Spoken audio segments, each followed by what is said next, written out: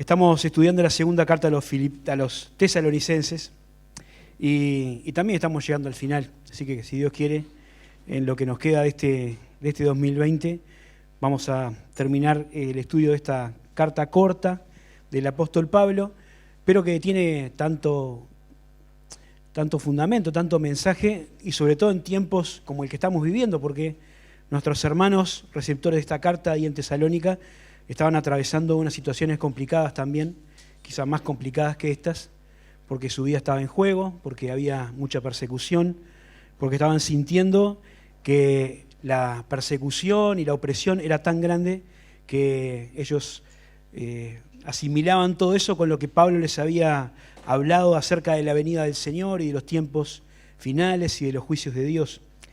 Y parte de la carta el apóstol Pablo la dedica a aclarar ese concepto y a explicarles que esos momentos de juicio del día del Señor, donde el Dios va a descargar sus juicios sobre el mundo que rechazó al Señor Jesucristo, todavía no habían venido. Y en el capítulo 2, sobre todo, que es lo que estamos viendo, les pone algunas de las razones por las cuales eso todavía no era así. Y ya hablamos acerca de algunos de esos elementos que Pablo dice que tienen que ocurrir antes de que estos tiempos de juicio lleguen, que son la gran apostasía del tiempo final, también la aparición de un personaje en la historia que es el hombre de pecado que se menciona acá, o el anticristo, como se menciona en otros pasajes de las Escrituras, ese hombre que el enemigo va a levantar para que intente ocupar el lugar de Cristo y hacerse pasar por él. Y también hemos visto que todas estas cosas todavía no ocurren porque hay un poder que se lo está impidiendo, ¿no? Dice Pablo que este misterio de la iniquidad, es decir, el desarrollo del plan del enemigo para llevar adelante su obra opositora de la obra de Dios, está actuando, pero no puede avanzar más allá de lo que Dios, por medio del Espíritu Santo, se lo permite. Y el Espíritu Santo, morando en la iglesia y morando en el creyente, es el freno que el enemigo tiene para desarrollar todo su plan. Pero dice Pablo en esta carta, como vimos la última vez, que en determinado momento el Espíritu va a ser quitado de en medio en ese sentido. Y esto es una referencia al arrebatamiento, porque si bien el Espíritu va a seguir estando presente porque es omnipotente y va a seguir actuando en el mundo, no lo va a hacer, o esa actuación no va a hacer oponerse a la obra del enemigo, la va a dejar libre a su voluntad para que el plan del enemigo avance, porque el avance del plan del enemigo es también el avance del plan de Dios, ¿no? Porque cuando el diablo logre posicionar al anticristo en su lugar de gobierno y influencia mundial, entonces el Señor vendrá para destruirlo y para establecer el reino del Señor Jesucristo, un reino de gloria que no será jamás destruido, como nos dice la profecía de Daniel. Y en eso nos quedamos en la última reunión, en los versículos 10 al 12, donde Pablo habla acerca de la situación de los que no quisieron creer en el Señor Jesucristo y de cómo iban a ser víctimas de un poder engañoso para que aquellos que deliberadamente rechazaron la verdad y se complacieron en la injusticia estén cegados a lo que está pasando.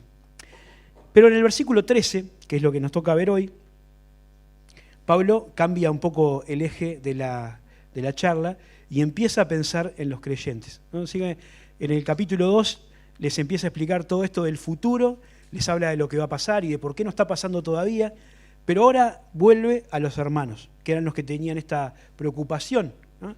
Que los estaba haciendo pensar equivocadamente respecto a los tiempos que estaban viviendo, y a otros que los estaba haciendo vivir de una manera desordenada, como se muestra en el capítulo 3. Pero ahora, en estos versículos finales del capítulo 2, hay una oración de acción de gracias por los hermanos. Hay un desafío para nosotros como Iglesia del Señor Jesucristo y también una consecuencia de vivir en el camino de Dios. Así que vamos a leer estos versículos para ver estas cosas en el tiempo que nos queda. Dice el versículo, vamos a enganchar un poquito desde el versículo 7 del capítulo 2.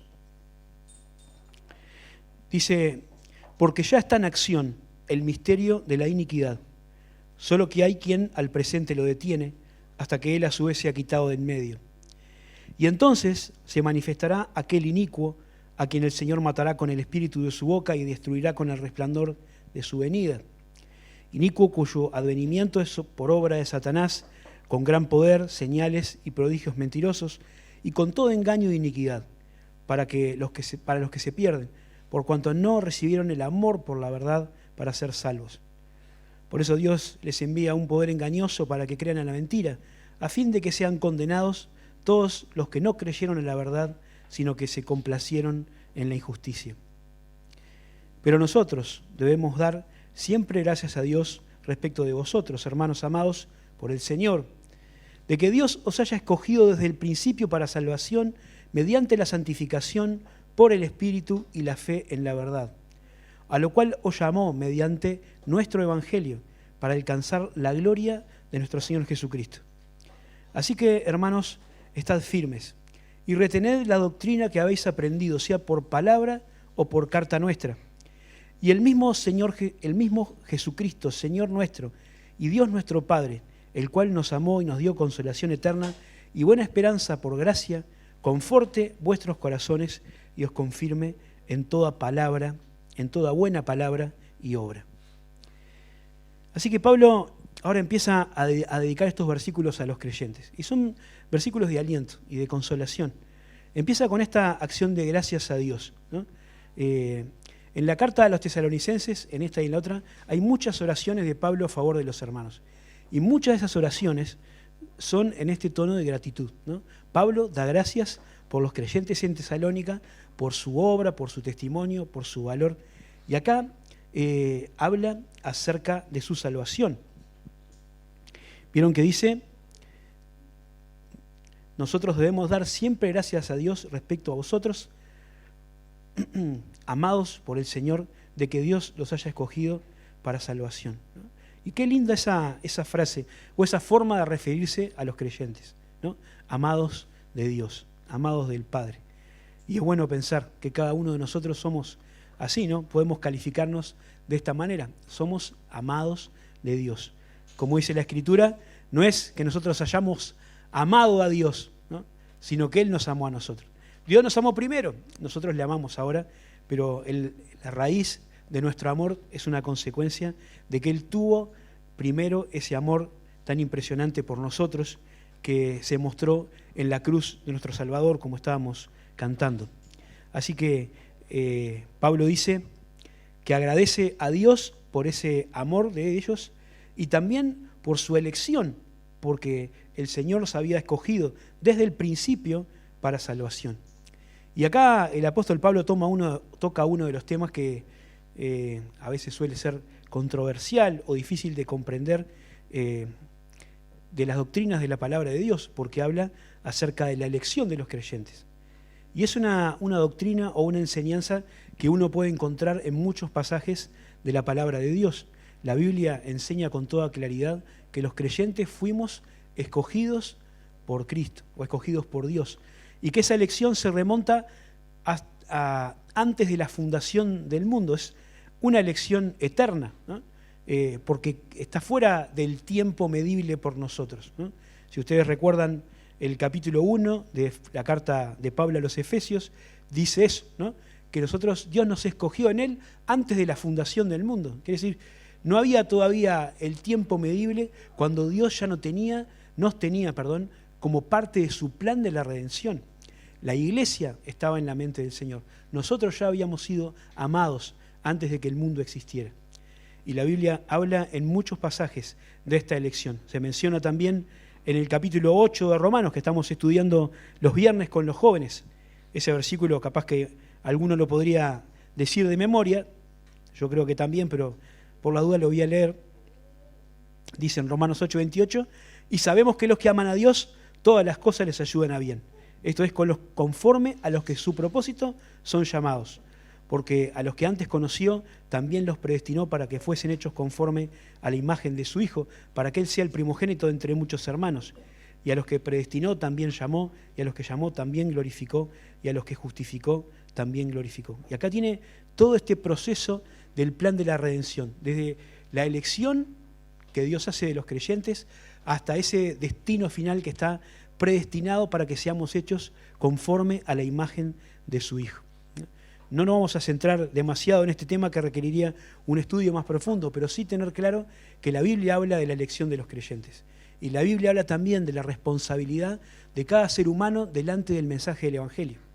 A veces estas ideas parecen contradictorias en la limitación de nuestra mente humana y nos hace tratar de compaginarlas con conceptos matemáticos y teoría de conjuntos, y tratamos de meter a Dios y a su soberanía adentro de lo que nosotros somos capaces de comprender. Y decimos, ¿cómo si Dios nos escogió, nosotros somos libres de elegir? Pero es lo que la Biblia enseña, que cada uno de nosotros, de los seres humanos, es responsable delante de Dios por aceptar o rechazar el mensaje del Evangelio, ¿no? Y los que creen, son salvos, y los que rechazan son condenados. Y eso es lo que la palabra de Dios nos enseña. La Biblia dice que nosotros fuimos escogidos para salvación. Y no hay ningún lugar, ni ningún texto, ni nada que dé a entender que haya personas que hayan sido escogidas para ser condenados. Eso no está en la Biblia, y es una conclusión a la que algunos llegan pensando de esta manera que les decía bien, ¿no? Razonando de manera aritmética o matemática. Pero no hay ningún pasaje de la palabra de Dios donde diga que hay personas que son elegidas por Dios para que se vayan al infierno. Al contrario, Dios no quiere la muerte del impío. Dios quiere que todos los hombres sean salvos y vengan al conocimiento de la verdad. Pero también Dios ha establecido que el hombre tenga libertad de elegir delante de él, ¿no? Y su soberanía permite que ejerzamos este libre albedrío. Dice el apóstol Pablo que esta elección que se hizo desde el principio para salvación también fue mediante la santificación por el Espíritu y la fe a la verdad. Y acá está bueno porque nos hace pensar en que la salvación no solamente tiene que ver con la redención de la condenación. Es decir, cuando la Biblia habla de salvación no solo piensa en que no nos vamos al infierno, ¿no? Sino que la salvación es la redención de toda nuestra vida, incluyendo este tiempo que tenemos que vivir en la tierra conforme a la voluntad de Dios. Esto también es parte de la salvación, y la santificación tiene mucho que ver con esta nueva vida que Dios nos da. Dios podría, como se ha dicho otras veces, llevarnos expresos al cielo, pero sin embargo nos permite seguir viviendo en esta tierra para que nosotros desarrollemos y cultivemos una vida conforme a su palabra, ¿no? Para que busquemos la santidad, que es esto de apartarnos del mundo que nos rodea y vivir para el Señor, ¿no? Y para poder vivir una vida de esa manera tenemos dos recursos. El recurso del Espíritu Santo que mora en el creyente, y es lo único que nos permite vencer la tendencia pecaminosa de la carne, ¿no? A Dios morando en nosotros para vivir una vida limpia, una vida conforme a su voluntad, y también la palabra de Dios, ¿no? La fe en la verdad, que es una referencia a las Escrituras donde tenemos revelada la verdad de Dios. Dice después el versículo 14 que a esa santificación, dice, a lo cual os llamó mediante nuestro evangelio para alcanzar la gloria de nuestro Señor Jesucristo. Y este es uno de los versículos importantes cuando hablamos de otro tema crucial en la vida cristiana, que es la seguridad de la salvación, ¿no? La Biblia afirma terminantemente, categóricamente, que el creyente que se salva es un creyente que va a estar en la gloria con el Señor Jesucristo. Que no hay ninguna posibilidad de que alguien que nació de nuevo por la fe en el Señor Jesucristo se pierda. Pablo dice acá que el propósito del Evangelio, el llamado de Dios para los creyentes, es alcanzar la gloria de nuestro Señor Jesucristo. Y no es solamente este pasaje, sino que hay muchos textos en la Escritura, gracias a Dios, que nos dejan total tranquilidad para que los que somos creyentes podamos tener esta certeza de estar en el Señor, con el Señor en el cielo. Vamos a recordar algunos solamente, porque seguramente lo sabemos y nos hace bien pensar en eso. Dice, por ejemplo, el Señor Jesucristo, ¿no? Capítulo 6 de Juan, versículo 39. Y esta es la voluntad del Padre, el que me envió, que de todo lo que me diere no pierda yo nada, sino que lo resucite en el día postrero. Y esta es la voluntad de que me ha enviado, que todo aquel que vea al Hijo y cree en Él tenga vida eterna, y yo lo resucitaré en el día postrero. Son textos que no hacen falta, me parece, demasiada explicación, porque el Señor es muy claro hablando acerca de la seguridad de la salvación de los que creen en Él y de que no se van a perder. Este otro también es bien conocido, Juan 10, 27. Mis ovejas oyen mi voz y yo las conozco y me siguen, y yo les doy vida eterna y no perecerán jamás, ni nadie las arrebatará de mi mano. Mi Padre que me las dio es mayor que todos y nadie las puede arrebatar de la mano de mi Padre. Juan capítulo 14, versículo 1 dice: no se turbe vuestro corazón, creéis en Dios, creed también en mí. En la casa de mi Padre muchas moradas hay. Si así no fuera, yo os lo hubiera dicho. Voy pues a preparar lugar para vosotros. Y si me fuere y os preparare el lugar, vendré otra vez y os tomaré a mí mismo, para que donde yo estoy, vosotros también estéis. Otra vez la certeza de que vamos a estar en la casa del Padre disfrutando de la gloria de Cristo. En la oración sacerdotal del Señor Jesús, en Juan 17, el Señor ora estas palabras: Padre, aquellos que me has dado, quiero que donde yo estoy, también ellos estén conmigo, para que vean mi gloria que me has dado. La oración de Jesucristo será respondida. Otro texto, por ejemplo, 1 Pedro capítulo 1, dice: bendito el Dios y Padre de nuestro Señor Jesucristo, que según su grande misericordia nos hizo renacer para una esperanza viva por la resurrección de Jesucristo de entre los muertos, para una herencia incorruptible, incontaminada e inmarcesible, que no se marchita, quiere decir, reservada en los cielos para vosotros, que sois guardados por el poder de Dios mediante la fe, para alcanzar la salvación que está preparada para ser manifestada en el tiempo postrero. Todos pasajes que no dejan lugar a dudas. Y aunque podríamos mirar un montón más, vamos a leer esta otra que es un lindo pasaje también, en Judas, ¿no?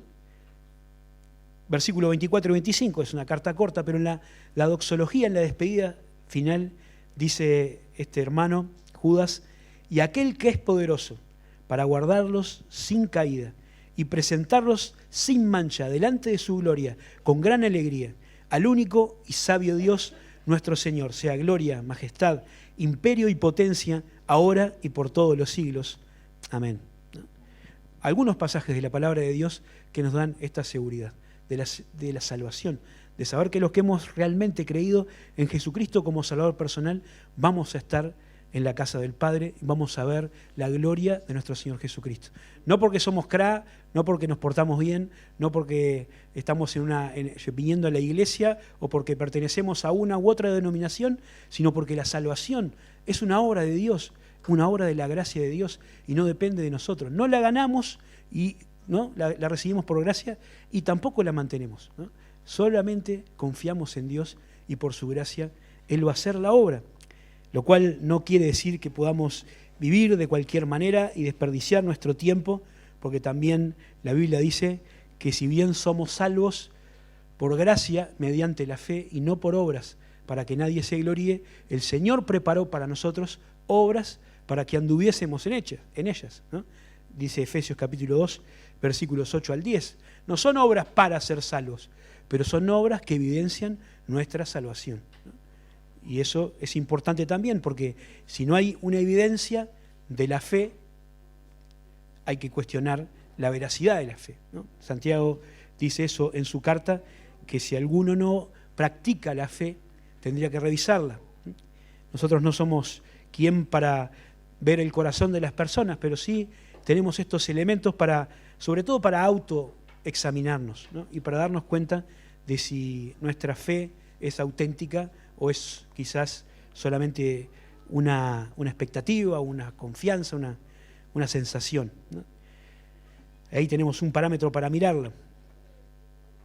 Ahora llegamos al versículo 15, donde Pablo saca una conclusión, ¿no? Siempre que encontramos esta expresión, así que, o por lo tanto, o pues, siempre nos hace pensar en que en función de todo lo que se ha dicho, ahora tenemos una decisión que tomar o alguna actitud que afrontar. Entonces dice el versículo 15, así que hermanos, ¿no? En base a todo lo que se ha dicho y a esta obra de Dios que ha hecho con nosotros, a la salvación de la que hemos recibido por su gracia, de la seguridad que nos da de la salvación, tenemos que mantenernos firmes y retener la doctrina que habéis aprendido, ¿no? Dos cosas importantes, dice el apóstol Pablo, para los hermanos. Recordemos lo que mencionaba al principio, estaban sufriendo un tiempo de persecución, tiempo de mucha inquietud espiritual, porque su base doctrinal había sido sacudida. Había algunos que estaban diciendo cosas que no eran lo que el apóstol Pablo había enseñado. Había escritos que circulaban como que fueran de Pablo, que no tenían nada que ver con lo que el apóstol había enseñado. Por eso Pablo les recuerda lo que había dicho y les dice que tenían que permanecer firmes y retener la doctrina, ¿no? Las dos cosas, ¿no? Tanto la firmeza como la doctrina, tienen que ver con la madurez espiritual, ¿no? La firmeza tiene que ver con la estabilidad, con no permitir que nuestra base doctrinal sea movida de su lugar. Decía que tiene que ver con la madurez, y el apóstol Pablo, cuando escribe la carta a los Efesios, en el capítulo 4, habla acerca de eso, ¿no? De la estabilidad que tienen aquellos que conocen la palabra de Dios, ¿no? De la estabilidad que tienen los que han avanzado en esto de la madurez espiritual. Y compara a los que son sólidos en su fe, a las personas que conocen la enseñanza de la palabra de Dios y que viven de acuerdo con ella, con los niños espirituales. Los que conocen la palabra de Dios, los que retienen la doctrina, los que están firmes en la fe, son personas que han madurado. Los que son niños, en cuanto a la fe, dice, son fácilmente movidos de su manera de pensar, ¿no? Son, dice, niños fluctuantes, llevados por doquiera de todo viento de doctrina. Es decir, es gente que está siempre a la pesca de lo que aparece por ahí, ahora que tenemos tantas cosas en internet y canales de YouTube y predicadores y audios y libros, ¿no? Y cualquier cosa que parece ahí un poco diferente y un poco deslumbrante, los niños espirituales se van tras eso, sin considerar lo que la palabra de Dios dice en verdad. Y la Biblia nos llama a que nosotros nos aferremos a ella como la única regla de fe y conducta, a que creamos en la palabra de Dios, que la conozcamos y afirmemos nuestra vida en lo que la Biblia enseña y no en cualquier cosa que aparezca por ahí por estos predicadores de turno. Así que tenemos que permanecer firmes, ¿no? A pesar de las adversidades. Esto de estar firme es fácil cuando no hay ningún problema, pero acá es muy relevante porque la firmeza justamente se requiere en los momentos en que hay que enfrentar dificultades, ¿no? Ellos estaban siendo perseguidos, estaban sufriendo, estaban pasando momentos de tribulaciones, y ahí es cuando hace falta la firmeza, ¿no? Cuando el viento viene de frente, ahí es cuando hay que afirmar los músculos, los corazones para perseverar. Para estar firme hay que retener la doctrina, ¿no? Y esto es conservar el cuerpo doctrinal que ellos habían recibido, dice el apóstol Pablo, tanto por palabra como por carta nuestra, ¿no? En este tiempo donde todavía el canon de la Escritura no había sido terminado, la enseñanza de la iglesia era la palabra de los apóstoles, ¿no? De algunos que tenían el don especial de profecía en ese tiempo, y sobre todo Pablo está hablando acerca de su enseñanza, de lo que él había dicho cuando estuvo presente con ellos, y de las cosas que él había escrito, y que supieran discernir entre aquello que provenía de una fuente confiable como era el apóstol Pablo y las otras cosas que andaban por ahí en la vuelta. Y eso también es aplicable a nosotros hoy. Ahora nosotros sí tenemos el canon completo de la palabra de Dios, tenemos la revelación de Dios en su palabra. Esto es lo que Dios quiso que nosotros sepamos de su persona y de lo que Él quería para nosotros, y es en lo que tenemos que enfocarnos, en vivir, ¿no? Y en compartir este mensaje de la palabra de Dios que está escrito acá en la Escritura. Así que cuando uno conoce la doctrina, cuando la retiene y vive de acuerdo a ella, adquiere firmeza espiritual. En 2 Corintios, tengo este texto anotado acá, que hace poco se mencionaba, no sé, en algún devocional o algo, me acuerdo que lo leímos hace poco. Pablo dice, 2 Corintios capítulo 4, 17, porque esta leve tribulación momentánea produce en nosotros un cada vez más excelente y eterno peso de gloria, no mirando nosotros las cosas que se ven, sino las que no se ven, porque las cosas que se ven son temporales, pero las que no se ven son eternas. Y este texto me gusta porque habla de la manera en cómo se aplica esta verdad a la vida cotidiana, ¿no? La firmeza que se adquiere cuando uno retiene la promesa de la palabra de Dios, ¿no? Y es capaz de soportar o de enfrentar cualquier tribulación, que en comparación con la esperanza de gloria se ve muy pequeñita. Los últimos 2 versículos del capítulo, 16 y 17, son como el cierre de todo esto y la oración del apóstol Pablo para esta querida iglesia. Y les dice, el mismo Jesucristo, Señor nuestro, y Dios nuestro Padre, el cual nos amó y nos dio consolación. Bueno, ahora vamos a ver eso, ¿no? Pero primero esto, ¿no? Este encabezado que une a la persona de Dios y a la persona de Dios el Padre y a la persona del Hijo, ¿no? De Jesucristo, Señor nuestro, ¿no? Es el que va a ser el dador de todas nuestras bendiciones. Miren cómo Pablo utiliza distintos aspectos de la persona, ¿no? del Señor, ¿no? Como los nombres que la Escritura les da, ¿no? Jesús, Cristo, Señor, ¿sí? Ahí está combinado en una sola frase, pensando en todo lo que el Señor es para nosotros, tanto como Salvador, como autoridad, como Señor y como el que nos da todos los bienes. Y también el Dios nuestro Padre, ¿sí? Y se menciona 2 veces la palabra nuestro, que me hace pensar en esto de comunidad que tenemos todos los hijos de Dios, ¿no? Tenemos el mismo Señor, el mismo Dios, la misma fe, el mismo bautismo, ¿no? Las cosas que nos unen son mucho más importantes y trascendentes que las cosas que a veces pueden hacernos mirar cosas con matices diferentes, ¿no? Como alguna posición doctrinal o alguna liturgia o alguna otra cosa que a veces parece que hay muchas diferencias, pero en realidad cuando nos concentramos en lo importante nos damos cuenta de que tenemos el mismo Señor y el mismo Padre, ¿no? Y que este fue el que nos amó, dice acá, y nos dio consolación eterna y buena esperanza por gracia. Qué lindo es ver las cosas que Dios nos da. Dice Santiago que Dios el Padre, es la fuente de todo bien, ¿no? Toda buena dádiva y todo don perfecto desciende de lo alto del Padre de las luces. Ese es nuestro Dios, el Dios que nos da todas las cosas buenas para que las disfrutemos. Y acá hay algunas de las más importantes. Dios nos amó, ¿no? Ya cantábamos de esto y Matías ya hacía una referencia a esto, ¿no? También en la oración, Felipe hablando de la cruz que nos expresa el amor de Dios. ¿Qué más podemos agregar?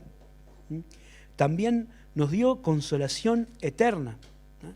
Y esto tiene que ver con esta actitud de Dios de estar cerca de nosotros, ¿no? Dios no está lejos, como decía Pablo en su discurso en el Areópago, Dios no está lejos de ninguno de nosotros.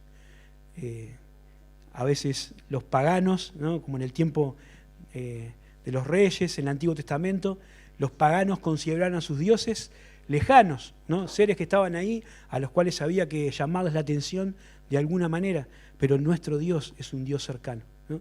Es un Dios que es el Altísimo, que habita en luz inaccesible, pero como dice el profeta Isaías, también está cerca del quebrantado de corazón para consolar el corazón de los humildes. Y también es el Dios que nos da una buena esperanza por gracia. Y de esto estábamos pensando. Esta seguridad de la salvación tiene que ver con la expectativa de estar en la gloria con el Señor, ¿no? Y esta es nuestra esperanza. Cristo es nuestra esperanza. Dice Pablo a los Colosenses que Cristo es en nosotros la esperanza de gloria. Y más allá de los matices que hay en cuanto a escatología, que eso es un tema que no viene ahora al caso, pero lo mencionamos antes, de cuándo va a ser un evento y cuándo va a ser otro, y si primero esto o después aquello, lo que esperamos o lo que tenemos que esperar es a Cristo. A lo que las Escrituras nos llaman a esperar es al Señor Jesús. Y sabemos que Él viene pronto, ¿no? Y viene con el galardón para recompensar a cada uno según sea su obra. Y dice que este Dios que nos ama, que nos da consolación y que nos da buena esperanza, conforte vuestros corazones y os confirme en toda palabra y obra, ¿no? Y estas dos palabras también están buenas ya para terminar. Confortar y confirmar, ¿no? Esto de confortar es traer paz al corazón y alentar, ¿no? Me hace pensar en lo que David decía de Dios en el Salmo 23. ¿Se acuerdan? Confortará mi alma, me guiará por senda de justicia por amor de su nombre, ¿no? No que todas las circunstancias malas vayan a desaparecer para que yo esté en una reposera tomando algún jugo de piña y con un ventilador, ¿no?